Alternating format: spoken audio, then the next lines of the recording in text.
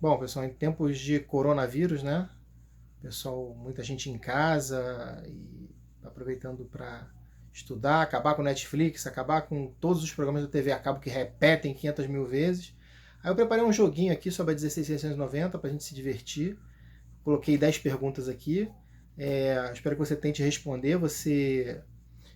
Como é um vídeo, né? Não tem como você preencher na tela, mas você pode, assim que acabar a pergunta, você dá um pause no vídeo, pensa, depois você responde, no final vamos ver quantos você acertou. Não vale consultar, né? Vamos ver quanto que você consegue acertar de cabeça aí.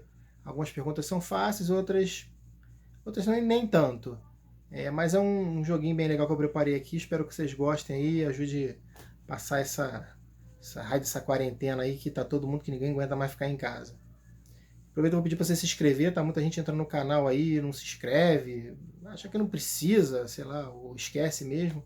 Mas é legal você se inscrever, você me ajuda bastante, dá bastante visibilidade pro canal, tá? E incentiva também, né, a continuar fazendo isso daí, tá? Vamos lá pro joguinho então.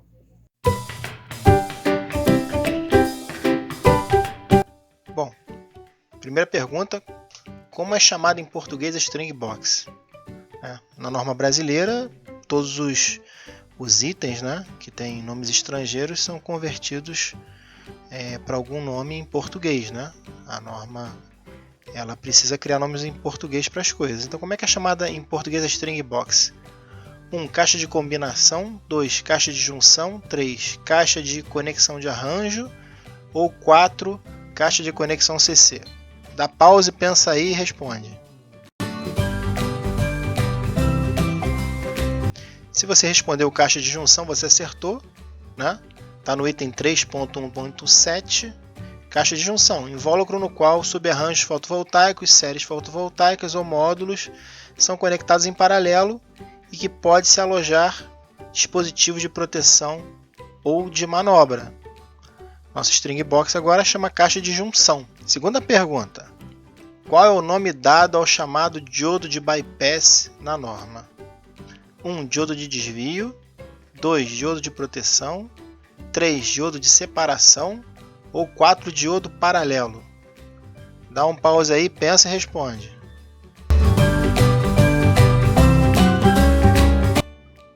Se você respondeu diodo de desvio, você acertou. No item 3.1.19 ele fala do diodo de desvio. Ele define diodo de desvio é o diodo conectado em paralelo a uma ou mais células fotovoltaicas no sentido direto da corrente para permitir que a corrente do módulo transponha células sombreadas ou quebradas para evitar pontos quentes ou danos causados por células quentes resultantes de polarização reversa, de tensão provocada pelas outras células fotovoltaicas que compõem o módulo fotovoltaico. Nota, também é conhecido como diodo de bypass, diodo de passagem ou diodo de passo. Esses nomes aí ainda são aceitos, né? Pela norma, pelo menos. De acordo com a norma lá, como é especificado, em qual classe que se enquadra um sistema residencial com a potência superior a 240 watt-pico, né? Um gerador, você instalou que tem uma potência superior a 240 watt-picos numa residência, né? Que você sabe que fica ali naquela situação onde o sistema não fica confinado dentro de uma gaiola, dentro de uma sala trancada. Então seria classe A, B, C ou D? O que você acha? Dá pause aí, pensa e responde.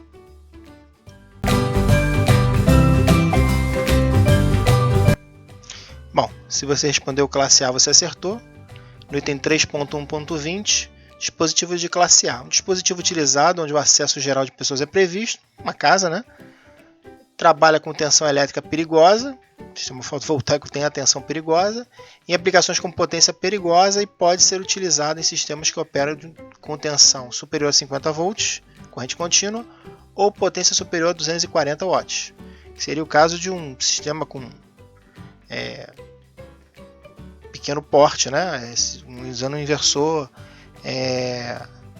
monofásico, né? Como a gente costuma utilizar.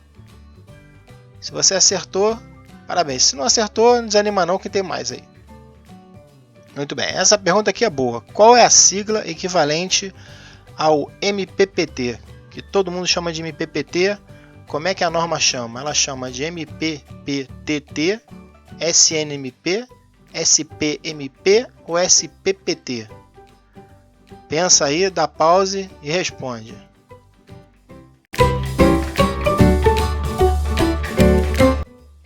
Se você respondeu SPMP, você acertou. No item 3.1.39, segmento do ponto de máxima potência SPMP, que é uma estratégia de controle utilizada para maximizar a potência fornecida pelo gerador fotovoltaico em função das condições de operação. Ou seja, você tenta pegar aquele ponto da curva lá onde você tem o melhor desempenho da geração. Eu particularmente preferia que fosse seguidor do ponto de máxima potência, mas ficou segmento do ponto de máxima potência. Essa aqui é uma pergunta bem legal. Qual é a margem percentual máxima para a diferença de tensão de circuito aberto para séries em paralelo? Ou seja, você tem duas fileiras que você vai colocar em paralelo. Então você tem duas strings, né? E você vai colocar essas duas em paralelo. Existe uma limitação, você medindo a tensão de circuito aberto das duas, existe um limite máximo para ter entre a diferença da tensão de circuito aberto das duas, previsto na norma. Seria 1%, 2%, 5% ou 10%? O que você acha aí? Dá um pause e responde.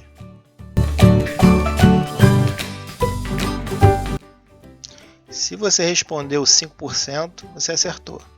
No item 4.3.6, configuração série paralela. Arranjos fotovoltaicos devem ser projetados de modo a evitar circulação de correntes dentro do próprio arranjo fotovoltaico, isso é, entre séries fotovoltaicas conectadas em paralelo. Nossa famosa corrente reversa, né? Séries fotovoltaicas conectadas em paralelo devem possuir tensão de circuito aberto semelhantes dentro de uma margem de 5%.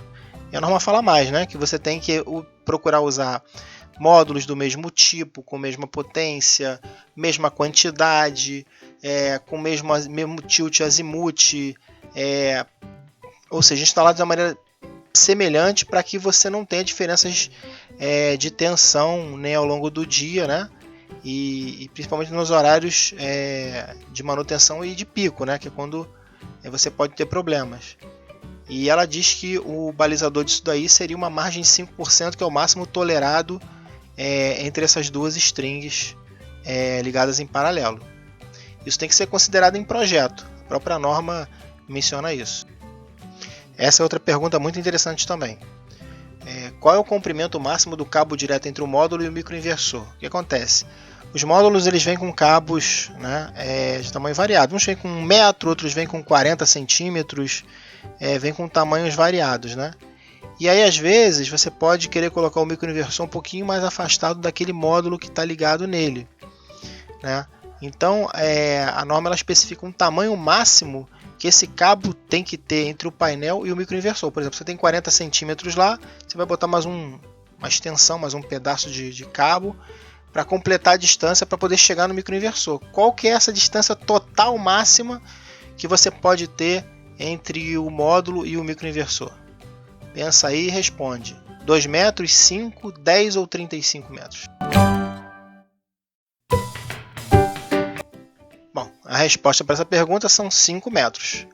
No item 6.5.5, instalação de microinversor, quando o comprimento total do condutor entre a caixa de conexão do módulo fotovoltaico e o microinversor estiver limitado a 5 metros, fica dispensada a utilização de dispositivos de manobra, incluindo o dispositivo interruptor seccionador.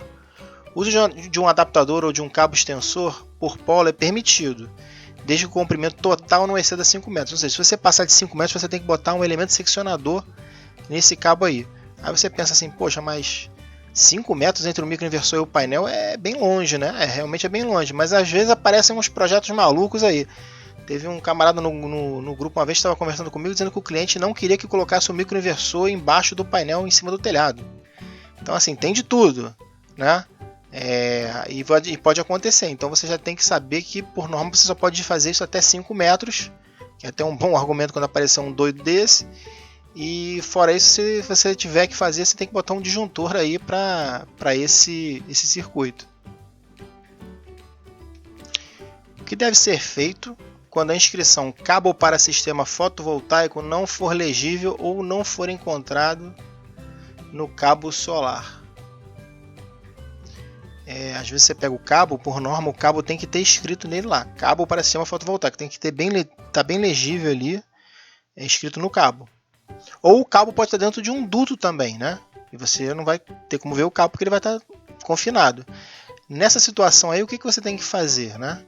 Escrever no cabo com caneta permanente, marcar o cabo com fita adesiva colorida, colocar a etiqueta com a inscrição Solar CC ou colocar placas de aviso com a inscrição Perigo Corrente CC. O que você tem que fazer nesse caso aí?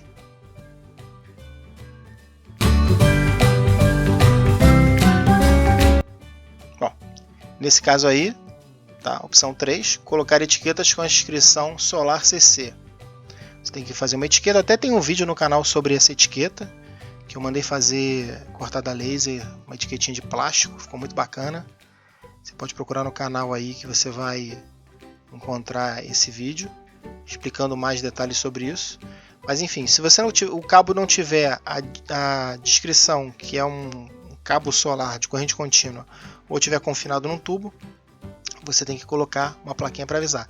E aí na norma ele mostra exatamente na descrição quais são as distâncias que você precisa usar e etc. Todos esses detalhes eles estão apresentados ali no item 6.2.6.5, identificação dos cabos. Se der um pause, você consegue ler aí com mais detalhe o que você tem que ter em mente. Outra pergunta que é bem interessante: qual a bitola mínima para o cabo de equipotencialização? A gente chama de aterramento, né? O cabo de aterramento, né? Estou falando aqui de um sistema que não tem para-raio, tá? Não é um sistema numa residência que tem um para-raio, por exemplo. Então são 2,5 mm, 4 mm, 6 mm ou 10 mm. Qual é a bitola mínima do cabo de aterramento que você tem que usar para fazer a ligação do sistema? Inclusive o cabo de aterramento que vai ligado até no telhado, fazendo a equipotencialização das estruturas metálicas do telhado. Pensa aí, dá um pause e responde. A bitola mínima para o cabo de equipotencialização é de 6 mm. Tá? Na norma ele fala também qual é a bitola mínima quando você tem sistema conectado com para-raio, né? Enfim. Mas para você fazer um sistema normal, uma residência que não tem um para-raio, segundo a norma, no item 6.4.4, tá? A seção mínima é de 6 mm. Lembrando que esse condutor ele tem que ser 6 mm em todo o sistema de equipotencialização, ou seja, a estrutura metálica que você usa no telhado, ela tem que estar aterrada também com cabo 6 mm. É muito comum no uso de microinversor você ter um cabo PP de 2,5, né? A maioria dos sistemas de microinversor para sistemas até 10, 12 microinversores, o pessoal usa cabo PP de 2,5, ou em alguns casos 4 mm. Você tem que entender que você não está atendendo a parte de equipotencialização da norma se você não levar mais um condutor de 6 mm para aterrar a estrutura metálica no telhado, tá? E o corpo do microinversor, porque a norma diz que são 6 mm. Qual dos textos a seguir deve constar nas caixas de junção? Sistema fotovoltaico, caixa de junção, energizado durante o dia ou somente pessoal autorizado? Qual desses textos você tem que colocar na caixa de junção, né? A nossa string box? Pensa aí, dá o pause e responde. Bom, no item 10.4, que trata de rotulagem das caixas de junção, você tem que colocar um sinalzinho com o texto Solar CC, tá? E colocar a etiqueta dizendo que é energizado durante o dia nas caixas de junção. Tá? Por que isso? Porque o operador de manutenção ele tem que saber que aquilo ali, independente de você ter ligado o disjuntor geral do local, aquilo ali está energizado pelo sol. Então não tem como desligar a corrente que vem do Sol. A menos que você tenha um sistema de microinversor lá em cima. Né? No caso, você não vai ter corrente CC para se preocupar embaixo. Né? Mas no geral, ele tem que saber que ele está circulando uma corrente perigosa. E além disso, você também tem na norma uma gravurazinha que ele não deixa muito claro. A norma não deixa muito claro se é para você colocar esse texto ou a figurinha ou os dois. Normalmente eu coloco os dois quando eu faço a montagem das minhas string boxes, né? Ou caixa de junção, como diz a norma. Pergunta aqui interessante: quantas entradas por SPMP um microinversor pode ter? Né? Só lembrando que o SPMP é o nosso MPPT, né? Nosso conhecido pela maioria como o MPPT. No caso, a pergunta é o seguinte: você tem um microinversor. O microinversor tem uma entrada de um MPPT lá dentro. Quantos painéis você pode ligar no MPPT do microinversor? Você pode ter um microinversor com um MPPT e uma entrada, um MPPT com duas, um MPPT com 3 entradas, ou seja, ligar 3 painéis no MPPT só do microinversor. Você pode ter um microinversor com um MPPT e 4 entradas, ou seja, 4 painéis num MPPT único. O que você acha? Dá um pause, pensa e responde. Bom, no item 3.1.31, onde fala de microinversor, ele define que o microinversor é um inversor onde cada entrada de corrente contínua está associada a um único dispositivo de segmento no ponto de máxima potência, SPMP, e que possui tensão máxima por entrada. Então, ele dá a entender que cada microinversor só pode ter uma entrada por MPPT.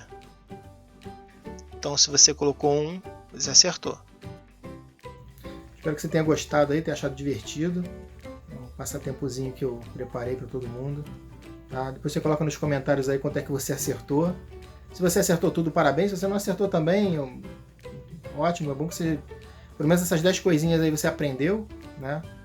E se você puder curtir o vídeo também, eu agradeço. E se inscrever também, que ajuda bastante. Valeu, obrigado.